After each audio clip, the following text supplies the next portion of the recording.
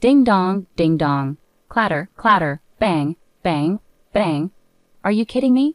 Let me in right now. Do you want everyone to see me causing a scene here? Is this how you treat your husband who's been working on Christmas and comes home to this mess?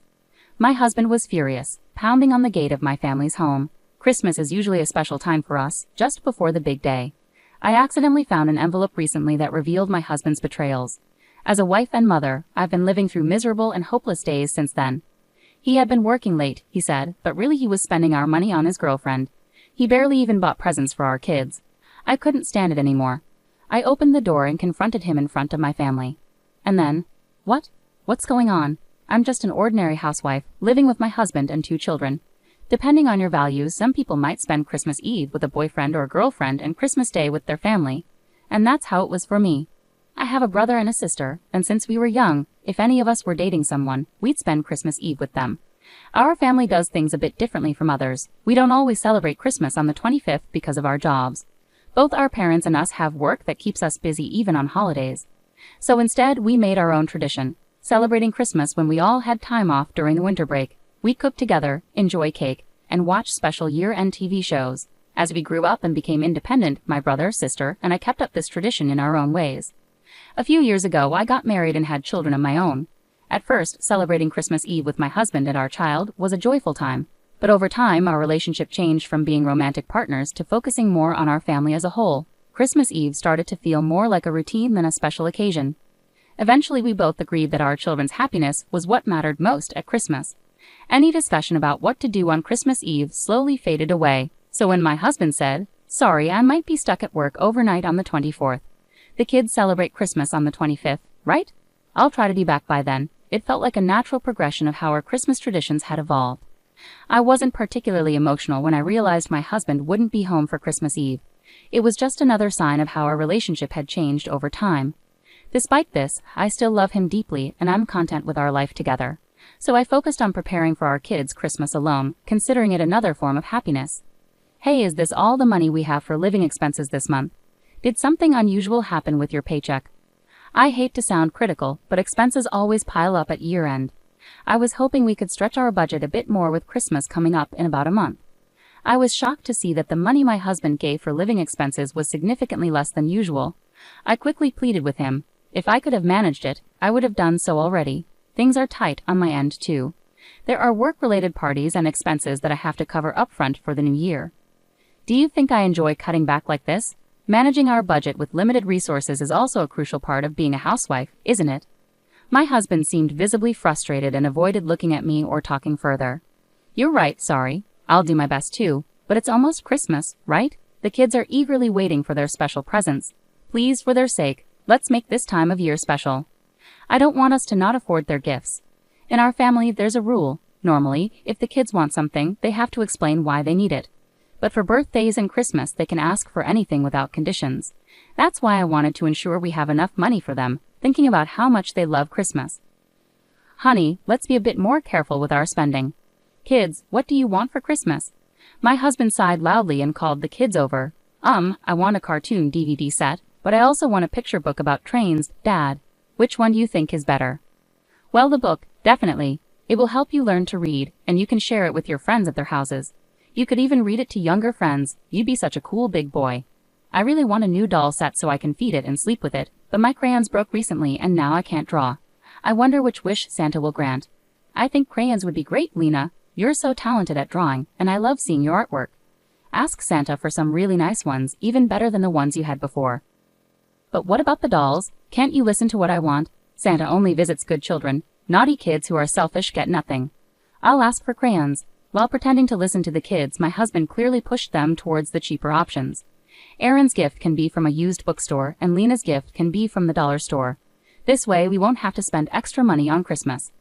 Do you think spending money is the only solution? How foolish, he sneered, making sure only I could hear him. Extra expenses? That's not saving money. My husband called our children's eagerly anticipated presents extra expenses, manipulating their innocent minds to suit his agenda. I began to deeply resent such behavior from my husband. Then, after a while, Mom, look, a sparkly letter. It was in Dad's work bag. Could it be from Santa? While my husband was in the bath, my daughter had apparently opened his work bag and excitedly showed me the beautifully decorated envelope she found. You shouldn't have taken that without asking. Give it here and I'll put it back, okay? What could it be? I took the envelope from my daughter. Since it hadn't been opened, curiosity got the better of me and I peeked inside. A reservation for a Christmas dinner for 2 at a hotel on the 24th. But he was supposed to be working overnight on the 24th. Several questions raced through my mind. Just then, my husband's phone made a notification sound. Startled, I glanced over at his phone. It seemed to be getting a flurry of messages in a short span of time. Normally, I wouldn't pay much attention to his phone or how often it rang, but with a sense of unease, I reached for it. What's going on? My eyes fixed on the screen. All the messages flooding my husband's phone were from someone named Nancy. Judging by the selfie that appeared to be her profile picture, she was much younger than me. Although I couldn't see the content of the messages, the heart emojis made it clear they were not just from a casual acquaintance. It seemed too coincidental. A small dark suspicion about my husband began to grow within me. Once I started doubting him, it was hard to let go of those feelings. For the next few days, I found myself sneaking peeks at my husband's phone. Those days were enough to turn my suspicions into conviction. Nancy was likely my husband's mistress, and he planned to spend the Christmas dinner with her on the 24th. He even hinted at an extra special gift for her, their excitement for each other uncontainable. To get more concrete information, I hired a private investigator. Catching my overly confident husband in the act seemed easy, and the results came back quickly. According to the investigation, Nancy was a temp at my husband's company. They had started their affair a month ago, and all the nights he told me he was working late were actually spent with Nancy. The recent drastic cut in our living expenses was likely to fund his affair with her. Clutching the investigator's report, tears of frustration overflowed. In just 1 month, my husband had come to prioritize another woman over his family. My efforts in taking care of the house, believing he was busy with work, and our children's kindness in holding back their desire to play with their father, all felt unbearably pathetic. The shock of my husband's betrayal was too significant to ignore. I didn't know what to do at first, but I have a plan of my own. I won't let this slide without a fight. Wiping away my tears, I stood up energetically and began to prepare my own special gift for my husband. On the morning of December 24th, I sent off my husband as usual, then I headed to my parents' house with the kids. Welcome. It's been so long since we've all been together like this. It feels just like when you, your brother, and your sister used to live here, my mom said. Spending quality time with Dad is great, but this year felt especially exciting. At my parents' house, they were delighted by the festive Christmas atmosphere, enjoying decorating a large Christmas tree they had pulled out of storage. With the kids, we spent the entire day having a fun Christmas party. The next morning, the kids were ecstatic about the presents placed at the base of the Christmas tree they had decorated. For my son, I got a DVD and a picture book, and for my daughter, a doll and crayons. We told them these gifts were from Santa and also from Grandpa and Grandma.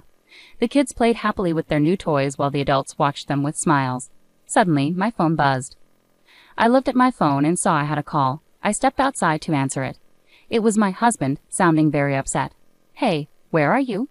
I just got home from work, but my key doesn't fit the lock, and the doorbell isn't working. What's going on? I could hear him messing with the door handle through the phone. Calm down, you're making a lot of noise. No one is there because we don't live there anymore. We finished moving out yesterday. You were too busy with work to notice, I guess. By the way, you've been shaking that doorknob for a while. Isn't that kind of like trying to break in? If you break the door, it's not my problem. I laughed at him. Even though he was still confused, he realized I had tricked him and started yelling angrily. Don't mess with me. Doing all this without telling me. Where did you put my stuff? Bring it back now. All your things were taken by your parents yesterday. They kept apologizing to me, saying how sorry they were for what you did. Make sure to apologize to them when you get back. What? Huh? After finding out about my husband's affair, I told both our families everything. I explained how he was obsessed with a younger woman named Nancy, spending our money on her instead of on our family. He even cut down on our living expenses and the kids' Christmas gifts. He lied about working overnight just to be with her, and I decided to ask for a divorce. After I told everyone through tears, my parents, his parents, our siblings, and even the kids supported my decision. So we moved out of the house on Christmas Eve while my mother took care of the children. Our siblings also helped with the move. With everyone's help, we emptied the house quickly, which brings us to now. So everyone knows what you've done, and no one in the family is on your side. You caused this mess, and now you have to deal with it. I explained everything to my husband clearly.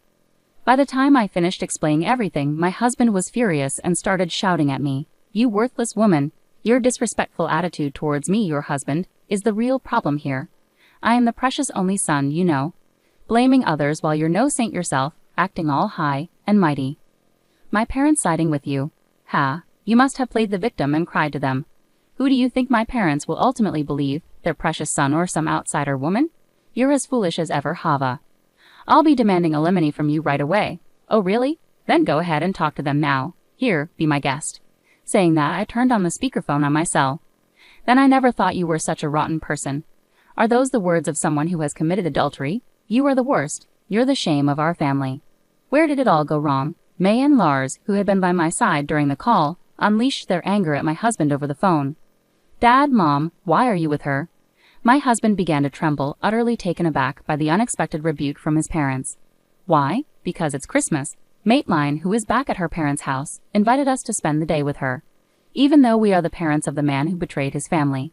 Do you understand how Maitline felt all this time? While you were betraying her, she was working hard to take care of the children on her own.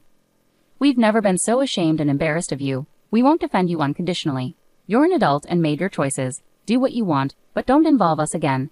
We refuse to be used by you. May and Lars scolded him, their voices trembling with anger. Their words made me so happy I couldn't hold back my tears. What? You're at Maitline's parents' house. Anyway, I'm coming over, so listen to my side of the story. It's unfair to only hear one side at times like these, right? You'll see who the real victim is, right, Dad? Regardless of our situation, my husband tried to win his parents over, but it was pointless. Without listening to his claims, my father-in-law hung up and turned off the phone after saying a few words to me. Then he turned off all our phones, including Maitline's, and said, "Let's go back inside. The kids are waiting for their mom." My father-in-law said this with a gentle smile, and my mother-in-law gently patted my back. We all went back inside together. We then had the most enjoyable Christmas party ever, with delicious food, cake, and the children singing and dancing. As the night went on and the children fell asleep, the adults were relaxing when the doorbell started ringing non-stop.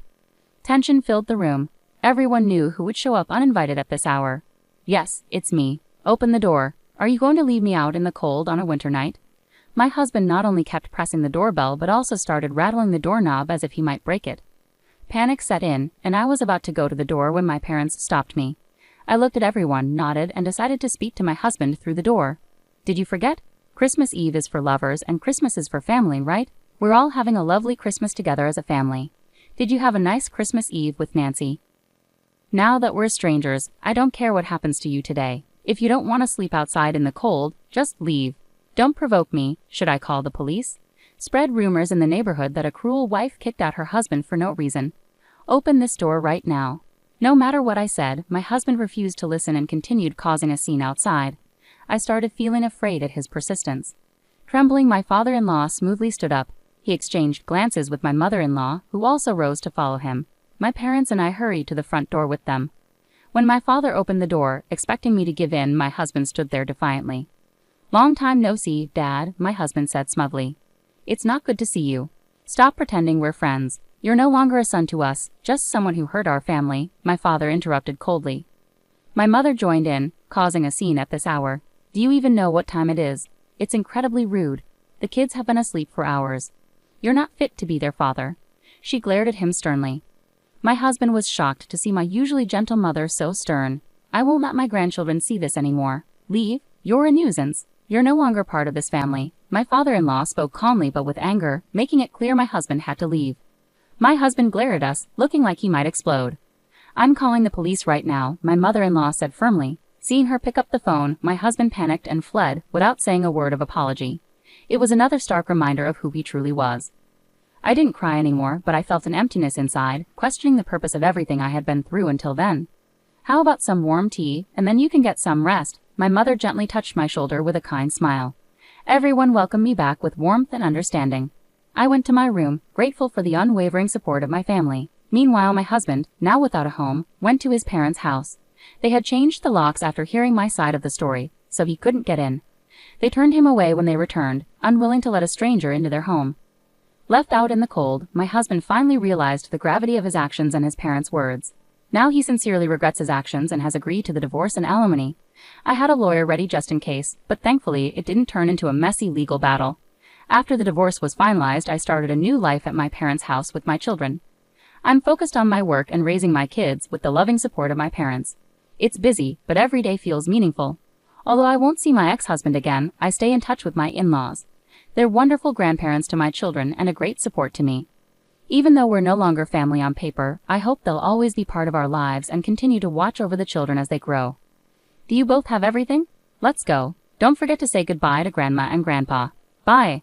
I silently prayed for these ordinary, peaceful days to last forever and looked forward to celebrating next Christmas together as a family, seeing my children's happy smiles.